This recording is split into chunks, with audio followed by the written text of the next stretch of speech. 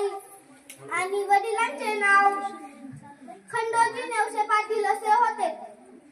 लोकांनी त्यांच्यावर दगड, गोटे, शेण, चिखल फेकून मारले तरी त्यांनी मुलींना शिकवले. शेवटी मी एवढंच बोलेन, सूर्य कुणाला झाकत नाही, सह्याद्री कुणाला वाकत नाही. सूर्य कुणाला झाकत नाही, सह्याद्री कुणाला वाकत नाही. सावित्रीच्या लेखी आम्ही, आम्हाला रोकायची कुणाची ताकद नाही. सावित्रीच्या लेखी आम्ही, आम्हाला रोकायची कुणाची ताकद नाही. जय हिंद, जय भारत. धन्यवाद.